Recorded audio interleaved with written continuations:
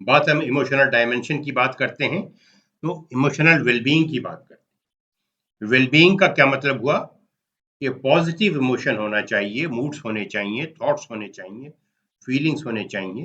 ये तमाम जो हैं ये पॉजिटिव होने चाहिए और according to that positivity adapt करें, तो अपने हालात में जो है वो डालें आप और कन्फ्रंट करें एडवर्सिटी को यानी मुखालफत को और स्ट्रेसफुल कंडीशन को, उसके तहत पॉजिटिवली उसको डील करें और उसमें कोई नेगेटिविटी नहीं होनी चाहिए। ये इमोशनल वेलबीइंग है, इमोशनल वेलबीइंग की सलाहियत कह लीजिए, आप एबिलिटी कह लीजिए। और इसमें जो फाउंडेशन है इमोशनल वेलबीइंग का, वो रेजिलियंस पे हम बात करेंगे। पहले भी हमने रेजिलियंस पे बात किया है कि जो चैलेंजेस हैं और जो ड्रॉबैक्स हैं या जो सेटबैक्स हैं, उसके ऊपर उसका उससे वापस आने का या उससे रिवाइव करने का, उससे रिकवर करने का कितनी ज़्यादा, कितनी जल्दी जो है वो सलाहियत है, उसको हम रेजिलियंस कहेंगे। और एक पॉजिटिव सेंस ऑफ वेलबीइंग जो है, ये इंडिविजुअल को बेहतर करती है और इमोशनली उसको सोसाइटी में और माशरे में एक बेहतर अंदाज में उसको देखा जाता है और जो डे टू डे बेसिस के ऊपर जो डिमांड्स हैं, वो उसको बेहतर तरीके से मीट कर सकता है। इस तरीके से मुख्तलिफ जो इमोशंस के रेंज हैं या मुख्तलिफ जो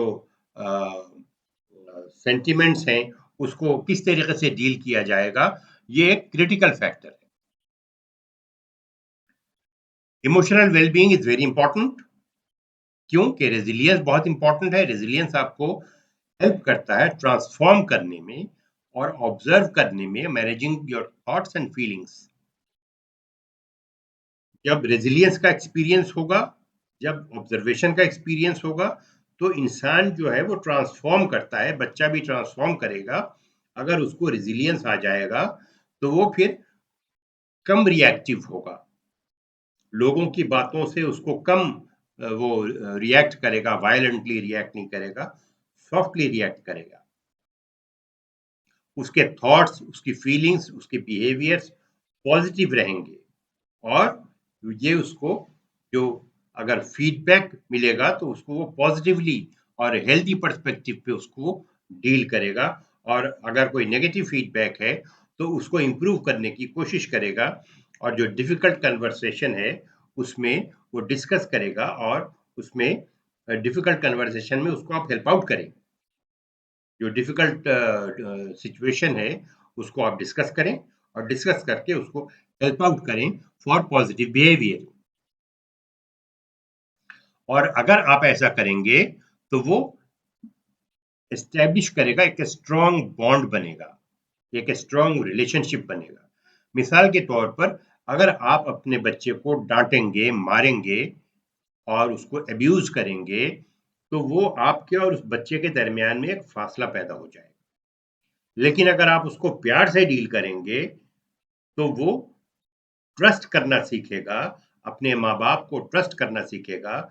और कोई नेगेटिव बात हो जाएगी अगर उसके घर से बाहर, स्कूल में या किसी और जगह के ऊपर अगर कोई नेगेटिव बात हो जाएगी, तो वो आकर के अपने माँ-बाप से उसको एक्सप्रेस करेगा, उसको डील करेगा, उसको बताएगा और फिर बताएगा कि किसी के साथ किसका उसका क्या रिस्पॉन्स हुआ था, वो बताएगा वो। और इसी तरीके से जो अंडरस्टैंडिंग है वो एम्पैथी, आप समझें कि अगर बच्चे से कोई किस सिचुएशन में बच्चे ने ऐसा रिएक्ट किया, मिसाल के तौर पर उसने अपने किसी दोस्त को मार दिया, तो ये शिकायत चली गई टीचर के पास, टीचर लेके चली गई प्रिंसिपल के पास और प्रिंसिपल ने आपको टेलीफोन किया कि आपके बच्चे ने किसी दूसरे बच्चे की पिटाई कर दी। बच्चा घर आया, आपने बच्चे की पिटाई कर दी। ये कौन सा तरीका है? बच्चे को समझें आप, उसने अगर किसी को मारा, क्यों मारा?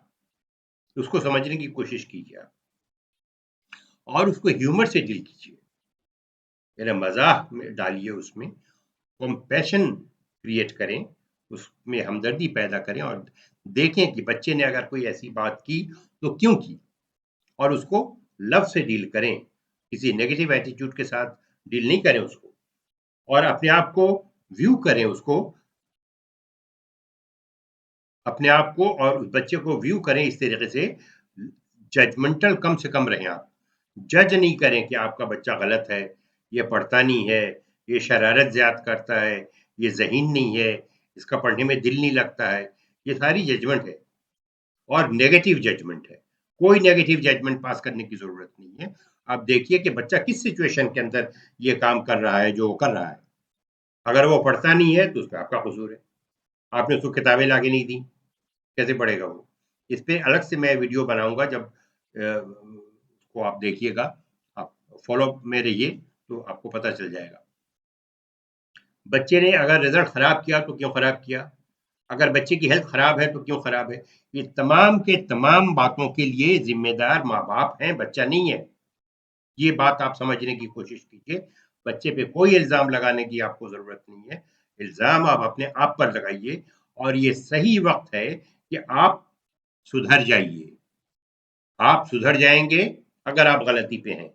अगर आप गलती पे हैं, तो आप अगर सुधरेंगे तो आपका बच्चा सुधरेगा, वो कामयाब होगा और वो जब कामयाब होगा तो वो आपके बच्चे की कामयाबी आपकी कामयाबी है। ये ज़हन में रखिए आप। इमोशनल हेल्थ की बड़ी इम्पोर्टेंस है और अगर इमोशनली आपका बच्चा हेल्दी है, तो उसके थॉट्स, उसकी फीलिंग्स, उसके एक्शंस, वो तमाम चीज़ें जो हैं वो पॉज़िटिव रहेंगी और वो बाउंस बैक कर सकेगा सेटबैक के अगेंस्ट। अगर उसके इमोशनल हेल्थ बेहतर है, तो वो रेज़िलिएंट होगा, सेल्फ अवेयर होगा, उसकी overall sense of well being होगी, वो एक बैलेंस्ड पर्सनैलिटी होगी उसकी।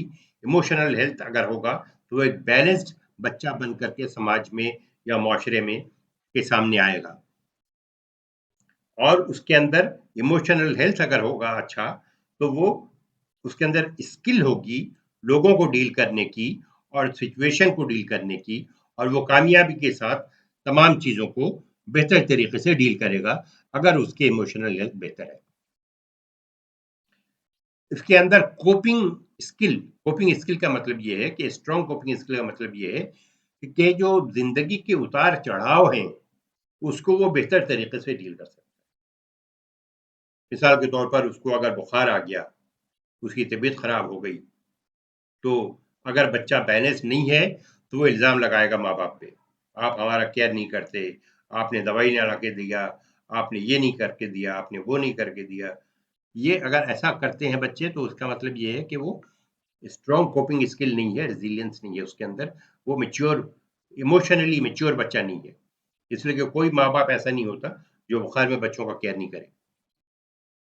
इसके अलावा क्या-क्या ज़रूरत है कि जो रिलीजियस रिचुअल्स हैं, वो प्रैक्टिस करने दीजिए आप, उसको प्रैक्टिस कराइए। अगर आप ये प्रैक्टिस कराएँगे, तो बच्चा बैलेंस्ड आएगा। मेडिटेशन भी अगर करने की ज़रूरत है, तो वो भी करें आप। Spend some time alone talking to yourself. उस बच्चे को अपने साथ बात करने की उसको कहिए कि वो तन्हाई में छोड़ दीजिए बच्चे को, और उसको आप टॉयज़ के दरमियान में छोड़ दीजिए और उसको कोशिश ये कीजिए कि वो बच्चा अपने आप से इन्वॉल्व हो करके अपने आप से बातें करे, उसके थॉट प्रोसेस को स्टिमुलेट होने दीजिए आप। अपने दोस्तों के पास ले जाइए, अपने रिलेटिव्स के पास ले जाइए, और कुछ हॉबीज़ होने चाहिए बच्चों के। हॉबीज़ ये नहीं कि वो जो है वो व्हाट्सऐप पे चैटिंग करे या मोबाइल पे गेम खेले, ये कोई हॉबी नहीं है। हॉबी होनी चाहिए फिज़िकल, हॉबी होनी चाहिए रीडिंग हैबिट, हॉबी होनी चाहिए स्पोर्ट्स। तो इस किस्म के पॉज़िटिव हॉबीज़ होने चाहिए, वो उसका आप ख़्याल रखें। और अगर आपका बच्चा इमोशनल हेल्दी है, तो यू आर कंफर्टेबल, अपने बच्चों के साथ आप कंफर्टेबल रहेंगे, काइंड, एडेप्टेबल एंड रेज़िलिएंट बनाएँगे, पॉजिटिव रिलेशनशिप होगा बच्चों का दूसरों के साथ, और आप नो कहना सीख जाएँगे बच्चे। अपनी फीलिंग्स बताने को सीख जाएँगे और एक रिलेशनशिप में वो एंगेज हो सकते हैं। रिलेशनशिप में यानी एक एक रिलेशनशिप वो बिल्डअप करेंगे और अपने राब्ते जो है वो अपनों से, अपने दोस्तों से, अपने रिश्तेदारों से वो बेहतर बना कर के चलेंगे। दूसरों के साथ कनेक्ट करें। कनेक्ट से मुराद ये है कि उसके साथ एक प्यार का रिश्ता डेवलप करें। और जो लोग सपोर्ट करते हैं उनके साथ रिश्ता होना चाहिए, और उनके साथ आप एक ऐसा रिश्ता कायम करें ताकि वो हेल्पिंग रिलेशनशिप हो। दूसरों को माफ़ कर दें, नज़रअंदाज कर दें, फॉरगिव कर दें, और दूसरों के लिए कुछ करने की कोशिश करें। यानी मैं एडवाइस करता हूँ ऐसे मौके पे कि बच्चों को आप खैरात देने की, दूसरों को देने की जो है वो प्रैक्टिस कराएँ और आदत दें, उसके हाथ में पैसे दें और उसको कहें कि किसी ज़रूरतमंद को वो देकर दे। तो इस तरीके से उसके अंदर देने की आदत आएगी। जब वो देने की आदत आएगी तो उसका जो दिल है, उसका जो माइंड है वो ब्रॉड होगा और वो इंटरैक्टिव होगा, पैशनेट होगा, सिम्पैथाइजिंग होगा, एम्पैथेटिक होगा एंड सो ऑन। कुछ ऑनलाइन काम करने के लिए भी उसको आप स्टिमुलेट करें, उसको एडवाइस करें कि कोई वॉलंटियर काम करे दूसरों की मदद करने के लिए, एंड सो ऑन। अगर कोई बड़ा बच्चा है तो कोई वॉलंटियर एक अपना प्लेटफॉर्म बनाए और कुछ पैसे इकट्ठा करके किसी इस किस्म के इदारों में दे जाके, ताकि दूसरों का फायदा हो। बच्चों को आप तरबियत दें कि वो अपने साथ जो है वो हमदर्दी करे, और काइंड टू योरसेल्फ का मतलब ये है कि बच्चे अपने साथ जो है वो काइंड हों, अपने साथ जुल्म नहीं होना चाहिए, और अपने साथ जो भी अ, जो भी बिहेवियर है दैट शुड बी काइंड। अपने अंदर सेल्फ अवेयरनेस होना चाहिए, थॉट्स सेल्फ अवेयरनेस होने चाहिए, एक्शंस होने चाहिए, हैबिट्स होने चाहिए, कैरेक्टर्स, ये सब उसको पता होना चाहिए कि उसके थॉट्स कैसे हैं, उसके एक्शंस कैसे हैं, हैबिट्स कैसे हैं, कैरेक्टर्स ट्रेट्स कैसे हैं। मैं अक्सर आजकल के लड़कों को बच्चों को देखता हूँ कि कोई अगर एक ऐसी बात करते हैं तो वो फौरन मतलब अलर्ट हो जाते हैं, इसलिए कि उनके जो थॉट्स हैं उसमें नेगेटिविटी ज़्यादा है। तो अगर वो नेगेटिविटी ज़्यादा है तो बहुत सारे ऐसे एक्शंस जो आप बात करेंगे या आप शो करेंगे, तो उसमें आप देखें कि उसका थॉट्स जो है पॉजिटिव होने चाहिए, और उसी बेसिस के ऊपर एक्शंस पॉजिटिव होने चाहिए, और उसी बेसिस के ऊपर हैबिट्स पॉजिटिव होने चाहिए, अच्छे होने चाहिए, और जो कैरेक्टर ट्रेट्स हैं वो भी अच्छे होने चाहिए। Thank you so much.